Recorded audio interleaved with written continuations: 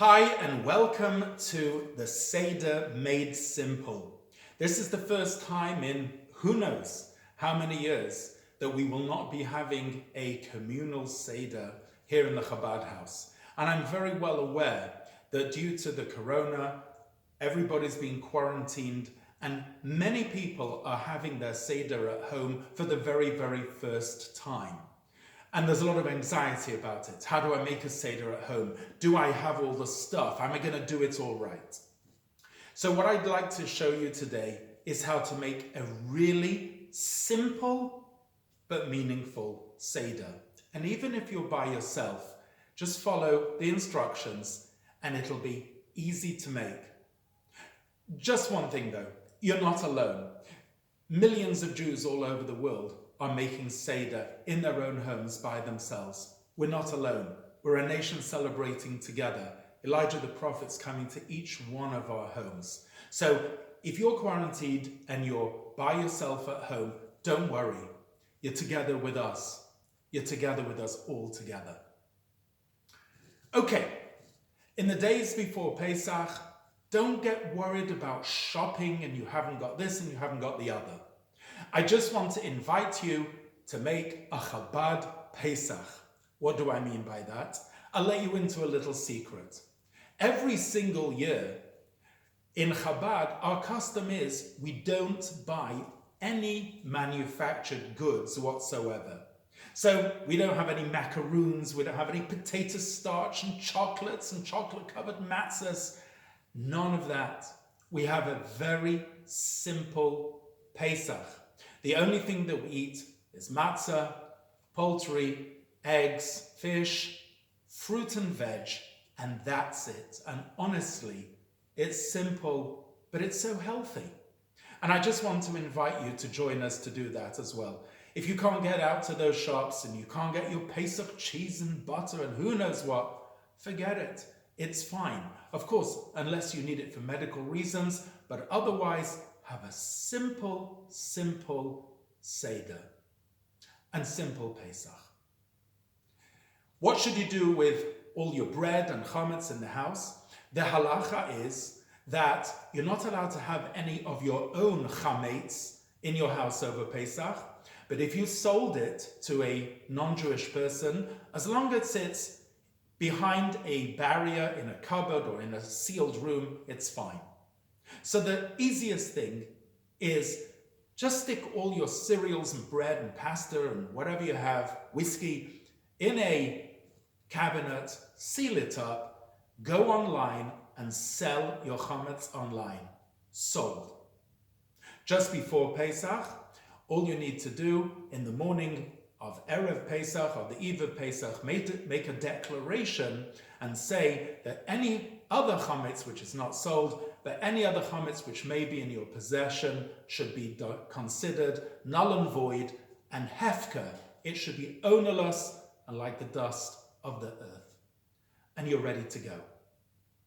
What's your shopping list for before Pesach? Well, you do need to get yourself some matzahs, some wine. You need an egg, a potato, or an onion. Try and get some lettuce and salt. And now we're going to set up our Seder plate. Of course, before the Chag, the festival comes in, we light the candles, both men and women. If it's a married couple, usually the woman of the house lights, but a man living by himself also needs to light the candles. 2 blessings. Asher Kiddushanu b'mitzvotav etzivanu lahadlik ner shel Yom Tov, and the bracha shehechiyanu. You'll find it in the Seder. Okay, let's get ready for our simple Seder. So, here's our shmura matzah, and your local Chabad chapter should be able to deliver you some shmura matzah if you haven't got it yet. Don't worry if you haven't got a Seder plate and all that. I'm just going to use a simple plate and let's keep it simple. Okay, so I've got my plate over here. I'm going to use a few napkins Let's take out my matzahs. Okay, I've got my 3 Seder matzahs over here. Okay, so there's my first shmura matzah, which I'm going to put down on my plate. And then I'm going to cover it up with a napkin. Let's take my second matzah over there. And again, I'm going to cover that up with a second napkin. And here we go. My third matzah over there. And cover it up over there. Now, don't worry if you haven't got a Seder plate. Actually, this is a cheap Seder plate made in China, of all places. However, you can either use a regular plate or something like this. Some people have the Seder plate separate, and some people actually put it on top of the matzahs, or actually just put the various things and items on top of the matzahs itself. So I'm going to use this. What are the things that we need to put on the Seder plate? Well, on the top right, you need a zoroa, that's a shank bone. In Chabad, we actually use a chicken neck, or you could use like a polka from a chicken, something which is roast it on the fire and put it on the top right over there. On the top left, you put a boiled egg. The bottom right, charoset. Here's a simple recipe for charoset. Apples, pears, and ground almonds. Delish. Easy to make. Most of it's available in the stores. On the bottom left, for karpas, take an onion, a raw onion, or if you can't bear a raw onion, then boil up a potato. And in the middle, for the maror and the horseradish and the bitter herbs, just try and get yourself some romaine lettuce, if possible some horseradish, and if you can't, any lettuce will do. Okay, so let's put that on top over there, and we're ready to start our Seder. Actually, a few other items. Pillows. The reason we need pillows is because on Seder night we recline, and you also need a place where to wash your hands, as we will do soon in the middle of the Seder.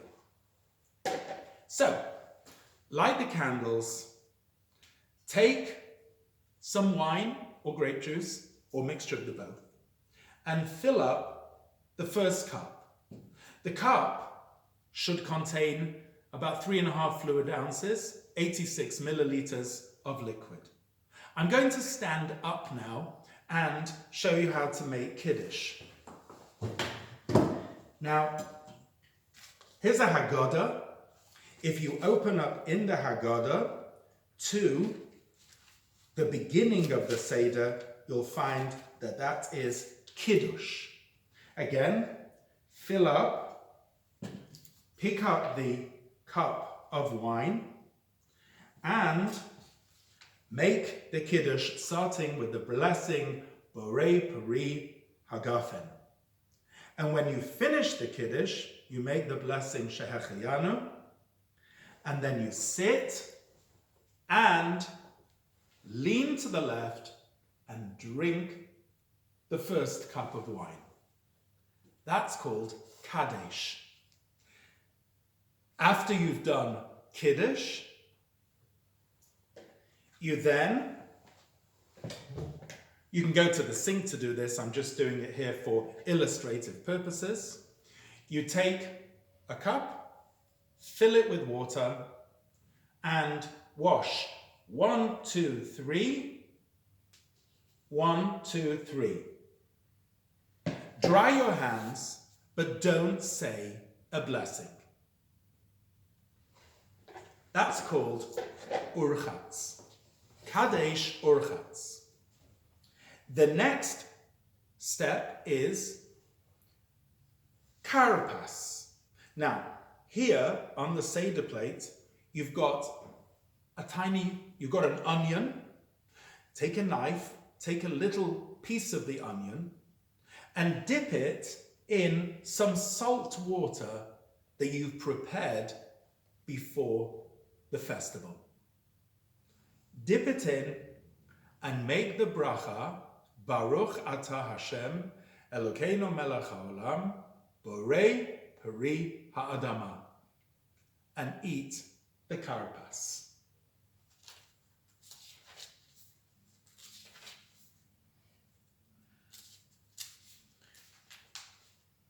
The next stage is called yachatz. What we do is we take the middle matzah, so here's the top one, and here's the middle one over there, and we break it in half. Okay. So this is the larger half, that's the smaller half. And the smaller half I'm going to put back inside my little Seder plate. And I've got a little plastic bag over here where I'm going to take the larger part, which I'm going to put away for the afikomen at the end of the Seder.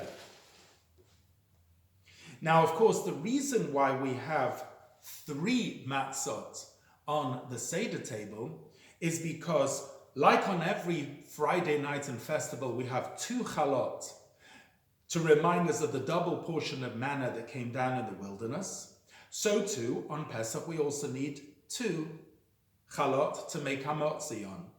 In this case, 2 matzot. But on the other hand, the Torah tells us that matzah is called lechem oni. It's the bread of a poor man and the bread of affliction. And that should be a broken piece. And consequently, the Haggadah is said over the broken piece of matzah. So now we're left with 2.5 pieces of matzah on our Seder plate. Okay, the next is Magid, which is to fulfill the mitzvah of telling over the story of the Exodus of Egypt. The Torah says, Vehigadata levincha, tell over to your child. And since the Torah uses the word Vehigadata, that's why the book which we use is called the Haggadah, because it's telling over a story. Now, I'm well aware that this year many people are going to be by themselves. So who are you telling the story over to? The answer is you need to tell it over to yourself. And the Almighty is our Father in heaven who is listening. And it must be done in a way of question and answer. So even if there's nobody else there, you ask the questions and you give the answers. So we start off by saying actually that this is the bread of affliction that our fathers ate in the land of Egypt. And then we sing together the Manish Tana. It's a beautiful thing. Even if you haven't said the Manish Tana in a long time, because usually you're in a communal Seder and the kids are saying it, or you're with family, just go back to your youth for a few minutes. See if you can remember the tune. You know what? Let's just sing it all together. Manish Tana halayla hazeh mikol haleilot mikol haleilot shebechol haleilot einanu matzbilin afilu pa'am echat afilu pa'am echat halayla hazeh shetef amim halayla hazeh hazeh shetefeh amim shebechol halilot anu ochlin chametz o matzah chametz o matzah halayla hazeh kulo matzah halayla hazeh kulo matzah shebechol halilot anu ochlin she'ar yerakot halayla hazeh maror halayla hazeh maror shebechol halilot anu ochlin ben yoshvinu vein mesubin halayla hazeh kulanu mesubin halayla hazeh kulanu mesubin. Okay, so fill your second cup of wine and you say the Manishtana. That's great. And then say the Haggadah. If you can read it as in Hebrew, great. And if not, say it in a language which you understand. If there are other people present, tell over the story. And if not, say it over to yourself and Hashem is listening to you. And just be transported back into the Exodus. And imagine you yourself were there. Just imagine you going out with the entire Jewish people. Just imagine today you're still with the entire Jewish people in your own home, quarantined by Corona, but all together in heart. And you read through the story, how the sages recounted the story. You go through all the various different plagues, the 10 plagues. Don't think it's a good idea to stick your pinky in this year. Might be a better idea, follow the Minhag Chabad, which is just to pour out a little bit of the wine by each one of the 10 plagues. And of course, the most important thing is when we get to the part of Rabban Gamliel, who says that you actually have to say 3 things in order to fulfill your obligation, and they are Pesach, matzah, and maror. Yeah, I just thought of a great thing as well when we sing Dayenu, Dayenu, Dayenu. I think we should say Dayenu to Corona. And hopefully this will be the last time that we'll have to do this. But please God, as we say at the end, that just like God took us out of Egypt, so too should he redeem us and take us out of the present exile. And please God, even before this Pesach, we should be in Jerusalem together with Mashiach and celebrate all together in the holy city. And so we go through the Magid, and when we finished, we say the bracha the second time, Borei, Peri Hagafen, and drink the second cup of wine, leaning to the left. Okay, now it's time for Rachza, which means to wash our hands a second time, but this time we're going to make a blessing. So fill up a cup, again, 1, 2, 3 until the wrist, and 1, 2, 3. This time, make the blessing, Baruch atah Hashem Elokeinu melech haolam, asher kedeshanu b'mitzvotav v'tzivanu al netilat yadayim, and dry the hands. Okay, now, we're going to take the 2.5 matzot, which are over here. So we're going to hold them all in our hands, and we're going to say the bracha hamotzi, which is the bracha we make usually over the 2 chalot, and here we're holding the 2.5 matzot left. Baruch atah Hashem, Elokeinu melech haolam, hamotzi lechem min haaretz. Then what we do is we take the top matzah and the middle matzah, yes? And we hold these together, and then we make the special blessing over the matzah. Baruch atah Hashem Elokeinu melech haolam, asher kedeshanu b'mitzvotav v'tzivanu al achilat matzah. Then take half of the top matzah and the middle matzah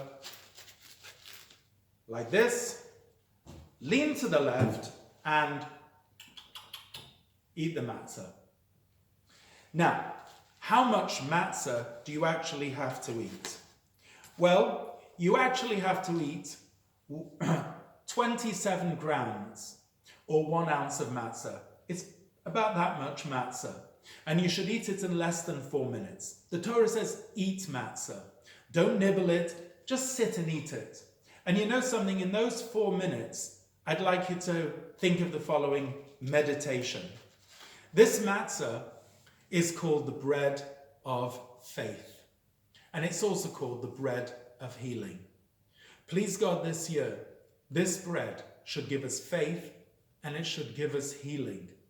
And if we have those 2 items together, each one of us on the Seder night, what 2 greater ingredients do we actually need? More than at this particular moment. We need faith, and tonight, the night of Seder, is the night that God protects us and guards us and takes us out and redeems us, and we need healing. Okay. Then, the next is the maror. Let's take some lettuce. If you have horseradish, take them both together.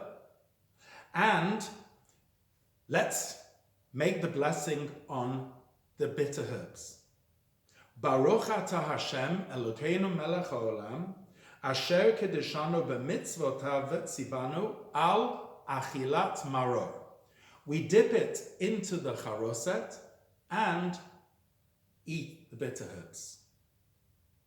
We then make the famous korech, the sandwich, which of course Hillel made with the 3rd matzah. We break it in half and take some lettuce and some horseradish, put them together, make a sandwich, because this is what Hillel did in the Second Temple. He would take the Pesach, the Paschal lamb, the matzah and the maror, and he would put them all together in a form of a sandwich. And we actually say this is what Hillel did, and then we eat it leaning to our left. Then we can actually start our Seder meal. What we do is we take the egg, shell it, dip it in salt water, and that's your hors d'oeuvre. Now for a main course, keep it simple. You may want to have a piece of fish with some chopped up cucumbers. You may want to have a piece of chicken with some potatoes. Just keep it simple. Some nice mashed avocado. Whatever you're eating for the meal. Don't fill yourself up, because we've still got some things to go. At the end of the meal, we take out the afikoman, and this is our dessert. We take out the afikoman and we break it into 5 and leaning to the left. This is the last thing that we eat at the meal.